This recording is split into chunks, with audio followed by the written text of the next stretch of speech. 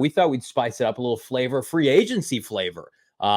We talked to Baldy, or I did earlier this week, and I mentioned that Justin Simmons still available, a lot of safeties. What does the pass rush market look like, Bo Brock, when you consider a lot of the guys were signed in March that we preview, but there still are some, let's just call them notables available here post-draft. How many of these names do you think would help the Arizona Cardinals' unproven pass rush? Zaven Collins, B.J. Ojulari, the incumbents, but anybody on this list, available edge rushers, lend themselves a helping hand to the Arizona Cardinals, ranging from 30 years old all the way 27, 35. Any of these players would come in, they'd be a relief pitcher, right? Give you a couple seventh, eighth inning fastballs. They're not going to be instant 17-game starters playing 300 snaps, but some interesting names, no doubt. Yeah, maybe a Lawson coming off a couple injuries. I mean, I think guys like Marcus Golden or Jerry Hughes, I don't know if you want to give any snaps that you would give to a younger player to those guys, in their mid-30s. Ngakoue is interesting just because he's been pretty productive his entire career. Right. And I think that's the lefty, the reliever that's a journeyman that always seems to find himself in like a playoff chase in throwing big innings for a team. So in a pass rush scenario, I think really only Ngakoue here, or a Lawson if you want to kick the tires on him. But outside of that, I'm not buying it. Well, I was trying to connect the dots. I mean, everybody in the chat, keep us honest. Damon Dog Bo, keep me honest. How many of these players have ties to Jonathan Gannon and or Nick Rallis? Like I was trying to think, Ngakoue was in, Indianapolis and Minnesota, but never at the same time as JG. Now, you certainly make calls on it. And they had overlapping, fellow position coaches, assistant coaches, players. Like Ngakoue to me makes the most sense given his familiarity with Gannon and the coaching style and the scheme that the Cardinals want to run. Like last year in Chicago, Ngakoue was okay, but the year before he was really solid. And there's folks in Chicago that want him back. And Gannon does a lot of the same things with his defensive front. Jerry Hughes was never in Indy at the same time. Shaq Lawson, there's no ties there. Carl Lawson, to me, if you just talk about pure potential, is probably the name at 28 years old. Like he has missed time. I think each of the last 2 years, especially last year, but he is 1 year removed from a 7-sack season for Robert Saleh. So I do think that there's an opportunity. Could he come in and give you a handful of snacks, a little bit more pressure? I think if I had to rank them, I would probably go Ngakoue first, then Shaq Lawson, and then everybody else. You're really grasping for straws there. Like I see a lot of people giving Marcus Golden love in the chat. The problem with Marcus is he can't move side to side anymore. Like his ability to move in space is not there. And then you think about like Pittsburgh, he had every opportunity last year to really kind of help them, and just the production wasn't there on a loaded defensive line. So I think, for those, hey, Calais, Marcus Golden, those are prior regime guys that I don't expect back. Yeah. Was it Agba at the top from Miami? His position or defensive line coach was now the Arizona Cardinals. That's right. Yes. Good point. There's a little tie there. Cardinals pass rush. When was he the coach? He was before last year. So Agba's been there for 4 or 5 years? Yeah, he's been there 4 years. He had 9 sacks back-to-back years. Then he had an injury-riddled season with 1 sack. And then he had 5.5 sacks last year. So for Fangio's defense. So he's kind of up front. He's kind of up. He's kind of more interior though, isn't he? He's very much more like Darius. He's more of a 3-4 guy, yeah, for sure. But I mean, just looking at this list, the reason I asked that is because Shaq Lawson also played for the Dolphins in not that long ago as well. So that could also be another name that maybe he played under the current defensive line coach. Yeah, it's possible. It's possible that their pass.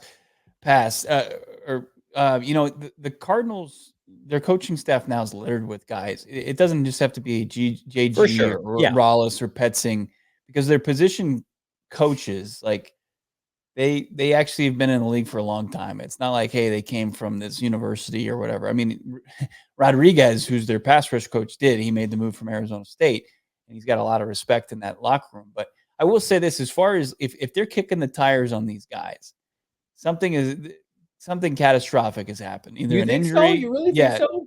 Yeah. I mean, who are you giving up a roster spot for to accommodate? That's really easy. Let me pull up the depth chart at pass rusher. And again, I'm not So throwing would you, disrespect or shade yeah. here, but like this is, first of all, it's the weakest position unit on the team. I think Dennis Gardeck is safe, BJ Ojulari is safe, and Zaven Collins is safe. There's 3 for 3. And let's just remove Darius Robinson from the equation. Let's say he's going to play everywhere. So then you're talking about guys like, okay, Xavier Thomas, I think makes the team. There's 4. LJ Collier, like, is he a true edge rusher or can he play D tackle?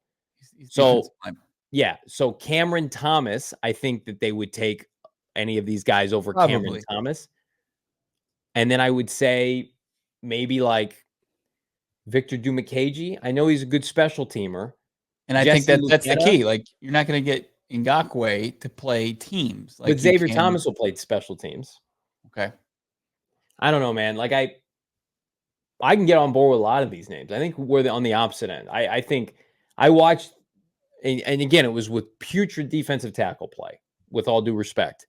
But I watched this pass rush group, and we're basically running it back this year with the same guys. Ojulari and Zaven Collins were healthy at the end of last year.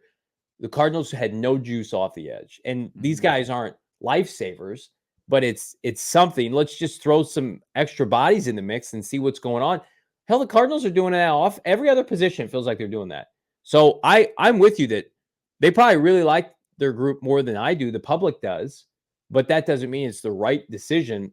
You know, at the end of the day, an edge rusher, it didn't fall for them in this year's draft outside of Darius. And again, he's not a conventional, 3 or 4-3 edge rusher. But I do feel like if they sign Carl Lawson tomorrow, they sign Yannick Ngakoue tomorrow, like, the fans are fired up about that. Hey, another piece to help us. It's a long-ass season. It's the same way I look at like a Zay Jones, right? We got Greg Dortch. I like Greg Dortch. Add another body in. Somebody goes down. Yannick, what happens if Zaven Collins has a quad injury? Who's starting a pass rusher opposite BJ Ojulari? Well, that's what I mean in catastrophic. I mean, like, an injury or somebody just flat out isn't producing in camp. And that's like, whoa, we got a big issue here. And it should already be on high alert. But they like the versatility. They like guys that can maybe even have to drop back in coverage. And I don't know how many of those guys fit that role. And that they would probably err on the side of the devil that they know versus the one they don't.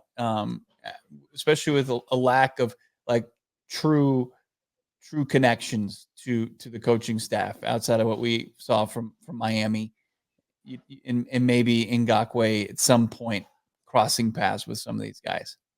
4C33, $2 super chat. Thank you so much, my guy or gal, on a Football Friday. OGs. I know the DB room is loaded, but why not Stevie Nelson? I mean, again, camp flyer, somebody to bring in. I don't have an issue with that. I think they're going to want to look at, they drafted 3 corners. They're going to look at the corners they have. They got Garrett Williams. They've got Sean Murphy Bunting. They got a couple guys from last year. I think the corner room, they got bodies, and I also trust Gannon to get the most out of that unit, pending there is a pass rush. Whereas, they've drafted 1 true edge rusher in 2 years. Look, the Nelson would be the defensive equivalent of a Zay Jones, no doubt about it. Like, yeah, you want to lean on the depth or the youth in the depth that you already have, but also be prepared if somebody's not available, right? And we'll see. I'm sure Steven Nelson's just trying to weigh his options at this point. Yeah. Can he get back to where, he's going to get an opportunity to start like he did in Houston last year? I know JG, he's on record has a whole lot of respect for Steven Nelson and what the versatility of his game, the leadership he brings. Is he available for the Cardinals to bring in a depth role? I think that becomes up to Nelson, but it's a great point. I love it. And the same goes for these pass rush guys. So Arizona Cardinals, when you look at their pass rush room with BJ and Zaven, and like you would have to make room for one of these guys. I agree. I think maybe Cameron Thomas might become the casualty at that point, just with what other guys do, their versatility, what they bring to 4th down and teams overall. There's also a possibility that, for better or worse, that we overreact and they overrate what they have in-house at edge rusher. And I go back to last year. Derek Barnett was with Gannon in Philadelphia. He was available to be claimed. They did not claim him. They were happy with what they had, which was no production, by the way. And Derek Barnett had 2.5 sacks down the stretch for a bad for a Houston team that made the playoffs. Like, Cardinals could have used that. Derek Barnett, former first rounder out of Tennessee, like, not a world beater, but somebody that can give you a little bit of juice. Like, Cardinals said, no, we don't need that. So there's a strong possibility that you are correct, Bo, that they're just like, yeah, we want to roll with what we have. But then the problem is okay, if that's the case, then we can't wait, until the second half of this year to see that. The Cardinals play 6 of their first 8 games are against playoff teams from last year with really high-end quarterback play. So you're sitting around and your edge rushing group is going to take a little while to get going. That might cost you a playoff spot. So it feels like to me, again, I don't have a sense of urgency, like do something tomorrow. But if we're in training camp and the Cardinals have really good tackle depth now with Christian Jones and Kelvin Beachum, and then obviously Jonah Williams and Paris Johnson Jr., if the tackles are dominating in camp, get on the bat for it. If you're Monty Osford, let's get some workouts in, right? Let's get some players in here because, again, we'll give Zaven and we'll give BJ obviously the benefit of the doubt, but then the depth behind that, we got to see these guys. And if they're not producing, then you better make a call.